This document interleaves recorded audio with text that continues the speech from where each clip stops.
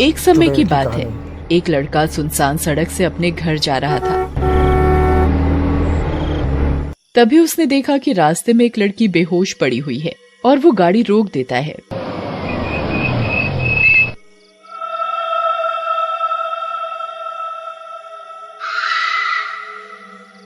और उस लड़की के पास जाता है और वो लड़का वापस अपनी गाड़ी से पानी लेकर आता है। वो उस लड़की के मुंह पर पानी के छींटे मारता है और उस लड़की को होश आ जाता है। आप कौन है? मेरा नाम ऋषभ है और मैं अपने घर जा रहा था, तो आप मुझे यहाँ रास्ते में बेहोश पड़ी हुई मिली। हाँ, मैं अब ठीक हूँ। मेरा नाम निशा है। मैं अपने घर जा रही थी और मैं रास्ते में गिर पड़ी। मुझे कुछ पता नहीं। चलो, मैं आपको आपके घर छोड़ देता हूँ। जी, मैं चली जाऊंगी। देखो, रात बहुत हो चुकी है और रास्ता भी ठीक नहीं है और तुम्हारी तबीयत ठीक नहीं लग रही है। तुम मेरे साथ मेरे घर चलो। निशा उसके साथ चल देती है। ऋषभ घर पहुंचकर, निशा, ये है मेरा घर और ये मेरी माँ है। माँ, ये निशा है और ये मेरी छोटी बहन सपना है। बेटा, ये तूने अच्छा किया जो इसे घर ले आया। वहाँ रास्ते में पता नहीं इसके साथ क्या होता। माँ निशा से पूछती है, तुम्हारे घर में और कौन कौन है? माँ जी, मैं अनाथ हूँ। मेरा इस दुनिया में कोई नहीं है। मैं बिल्कुल अकेली हूँ। ये सुनकर ऋषभ की माँ को निशा के ऊपर दया आ जाती है और वो निशा से कहती है, अब से तुम यहीं रहना और अपने आप को कभी अनाथ मत कहना। अब से मुझे ही अपनी माँ समझना। निशा खुशी से रोते हुए, जी माँ जी। निशा, तुम्हें किसी चीज की जरूरत हो तो बेझिझक मांग लेना। रात भी बहुत हो चुकी है। अब तुम सब सो जाओ। मैं निशा को उसका कमरा दिखा देता हूँ। निशा, ये तुम्हारा कमरा है। और ये कहकर ऋषभ सोने चला जाता है। रात को घर के सभी लोग गहरी नींद में सोए हुए होते हैं। तभी निशा अपने कमरे से निकलकर सपना के कमरे में जाती है। वो देखती है कि सपना गहरी नींद में सोई हुई है। वो सपना के पास जाती है और वो अपने असली रूप में आ जाती है।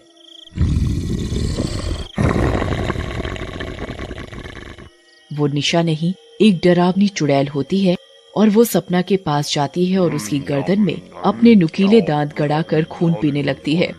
तभी सपना की आंख खुल जाती है। सपना बुरी तरह चीखती है, चुड़ैल, चुड़ैल, मुझे छोड़ो। अभी कैसे छोड़ दूं? अभी तो मेरी प्यास भी नहीं बुझी है। अभी तो मुझे तेरा गर्म खून पीना है। मुझे छोड़ दो, मुझे मत मारो। तेरा खून पीऊंगी तभी तो मुझे ताकत मिलेगी। और चुड़ैल खून पीकर गायब हो जाती है। अगली सुबह, ऋषभ, सपना, निशा कहाँ रह गए? नाश्ता लग गया है, सब आ जाओ। ऋषभ आ जाता है। माँ ऋषभ से कहती है, देखना तो ये सपना कहाँ रह गई, अभी तक नहीं आई। माँ, मैं अभी देखता हूँ। तभी सपना भी आ जाती है। सपना, आज तुम्हें आने में इतनी देर कैसे लग गई? माँ, कुछ नहीं, बस ऐसे ही थोड़ी तबीयत ठीक सी नहीं लग रही। सपना मन ही मन सोचती है कि रात वाली बात माँ को बता देती हूँ, पर कोई भी मेरी बात का यकीन नहीं करेगी और सपना किसी से कुछ नहीं कहती। तभी, सपना, तुम इतनी कमजोर सी कैसे लग रही हो? और ये तुम्हारी गर्दन पर निशान कैसा?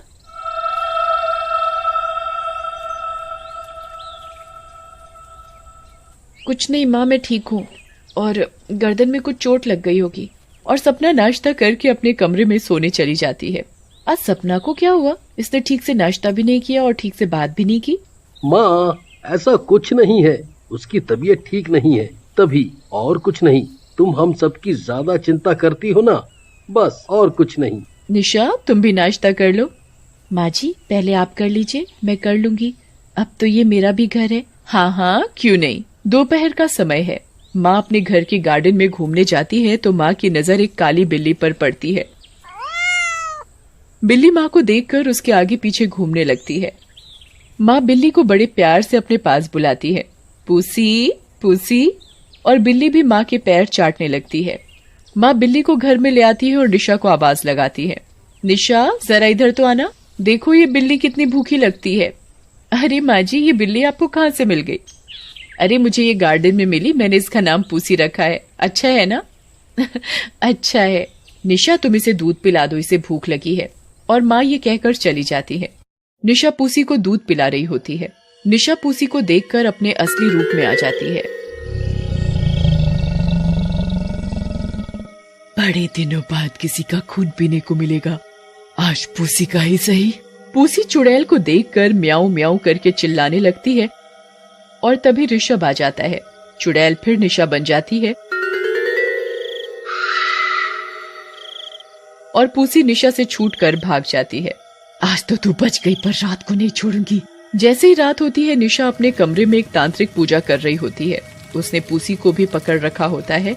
वो अपने असली चुड़ैल रूप में होती है। वो बेहद डरावनी लग रही होती है और मंत्र जाप कर रही होती है। ओम ह्रीम क्लीम चामुंडाय बिच्चे, ओम ह्रीम क्लीम चामुंडाय बिच्चे। और वो जिंदा पूसी का खून पीने लगती है और जोर जोर से हंसने लगती है। अब मैं और जवान बन जाऊंगी और कभी नहीं मरूंगी। मैं अमर हो जाऊंगी, बस अगली अमावस तक, और फिर मैं अमर, फिर मुझे कोई नहीं मार सकेगा। अगली सुबह माँ अपने गार्डन में घूमने के लिए जाती है तो वो पूसी को मरा पड़ा हुआ देखकर बुरी तरह चीखती है। हाय मेरी पूसी, तुझे किसने मार डाला? हाय मेरी पूसी। और माँ पूसी को लेकर रोती है। माँ, किसी जानवर ने पूसी को मार डाला होगा। और निशा अंदर ही अंदर खुश होती है।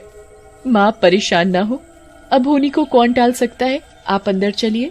और अगले दिन। निशा, क्या बात है? आज तुम बदली बदली सी लग रही हो। निशा ये सुनकर थोड़ा डर जाती है और कहती है, मतलब? अरे डरो मत, मेरे कहने का मतलब है कि तुम आज पहले से भी ज्यादा कम उम्र की लग रही हो। तुम दिन पर दिन खूबसूरत होती जा रही हो। निशा मन ही मन में यही तो चाहती हूँ, सबसे खूबसूरत और जवान। और निशा मुस्कुराने लगती है। मैं खाना लगाती हूँ, तुम खाना खा लो। निशा ऋषभ की प्लेट में खाना निकाल कर देती है। ऋषभ खाना खाने लगता है। निशा, जरा चाकू तो देना, सेब काटना है।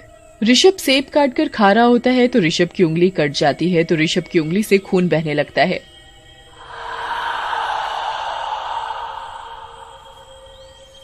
खून देखकर निशा बेचैन हो जाती है और ऋषभ की उंगली से टपक रहा खून पीने लगती है।